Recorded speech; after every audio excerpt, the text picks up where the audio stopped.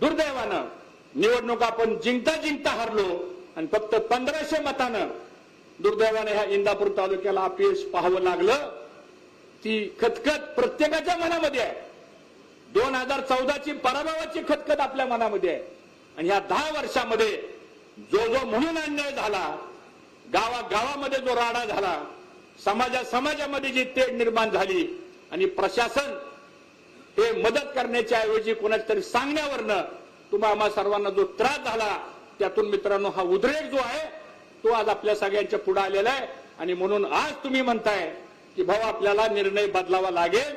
मला असं वाटतं पक्षापेक्षा नेत्यापेक्षा सुद्धा लोकशाहीमध्ये जनता श्रेष्ठ आहे आणि जनता जे सांगेल तो निर्णय राज्यकर्त्यांना घ्यावा लागतो. अशा प्रकारचा इतिहास हा इंदापूर तालुक्याचा मित्रांनो आपण पाहिलेला आहे. आणि म्हणून मी अधिक भाष्य काय करणार नाही. माझी आपल्याला 2 गोष्टीची एक विनंती आहे. आपल्याला कोणाबद्दल काय वाईट बोलायचं नाही. तुम्ही सुद्धा कोणाबद्दल काय वाईट बोलू नका. आपल्याला टीका करायची का वाईट बोलायचे का उद्याच्या भविष्यातला विजय मिळवायचा एवढं सांगा मला तुम्ही. काय मिळवायचंय? मग हे सगळं जर आपल्याला घडवायचं असेल तर सगळ्या गोष्टी संयमानं शांतपणानं आपण घ्या. या इंदापूर तालुक्यामध्ये 60 वर्ष आपण विजयही बघितलेला आहे आणि 10 वर्षातला पराभवही बघितलेला आहे.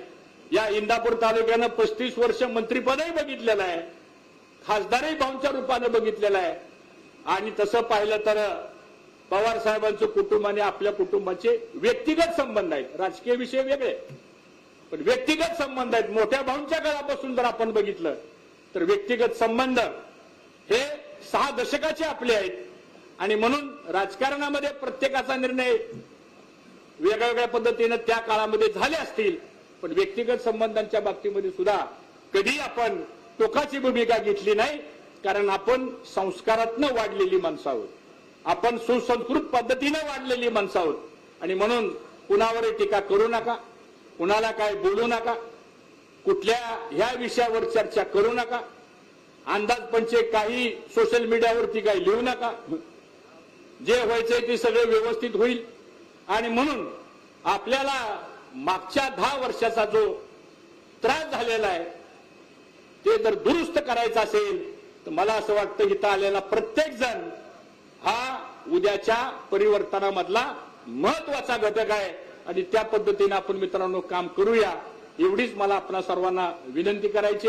आज इथं ज्यांनी ज्या भावना व्यक्त केल्या, गेले महिना 2 महिने ज्या पद्धतीनं सर्वांनीच आपल्या भावना व्यक्त केल्या, मी व्यक्तीच्या मनापासून सर्वांचा ऋणी आहे. मी कार्यकर्ता असा आहे, मी काय पदाला हापापलेला माणूस नाही. राजकारणामध्ये समाजकारणामध्ये इथं काय लिहिलंय तेच घडणार आहे. त्यामुळे त्याची फार चिंता आपण मित्रांनो करण्याची आवश्यकता नाही. पण एक गोष्ट मात्र मी आपल्याला ग्वाही देतो की येणाऱ्या पुढच्या काळामध्ये इंदापूर तालुक्याचा वनवास, राजकीय वनवास हा संपुटात आल्याशिवाय राहणार नाही. आणि एक नव्यानं विकासाचं पर्व सुद्धा या तालुक्यामध्ये आपण निर्माण केल्याशिवाय राहणार नाही. एवढीच भूमिका मी आपल्या सर्वांच्या माध्यमातून या ठिकाणी घेऊ इच्छितो. पुन्हा एकदा आपण आल्यानंतर बरीच लोक आज काही येऊ शकलेली नाहीत. गावागावामध्ये गेल्यानंतर मला असं वाटतं की त्याही माणसांची संपर्क आपला राहिला पाहिजे, त्याही लोकांशी आपण बोललं पाहिजे. आणि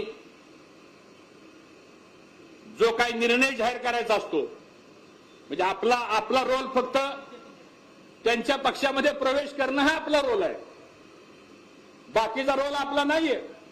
मग त्यांच्या पक्षात प्रवेश करताना मग तारीख कोणती असेल, पुढचं काय होणार आहे हे बोलण्याचा आपला अधिकार नाही. त्यामुळे आपल्या सगळ्यांचा एवढाच मुद्दा आहे की आपल्याला त्या पक्षात जायचंय. मी पुन्हा विचारतो, आपल्याला त्या पक्षात जायचंय का? एकदा हात वर करून सांगा, जायचंय का? मग आपल्या सगळ्यांच्या मनाप्रमाणे मी आता पत्रकार परिषद घेऊन या संदर्भातली भूमिका स्पष्ट करतो. आणि त्यानंतर जी काही तारीख आणि जो काही निर्णय या पक्षाचे जे प्रमुख घेतील त्याचा तुम्हाला 2 मिनिटांमध्येच लगेच कळणार आहे. ते काही वेगळं सांगण्याची आवश्यकता नाही. पण एक मात्र पुन्हा मला सांगायचंय की उद्या काय जरी झालं तरी 2 वेळच्या निवडणुकीचा जो अनुभव आपल्याला आलेला आहे त्या अनुभव मात्र जमेत धरला पाहिजे.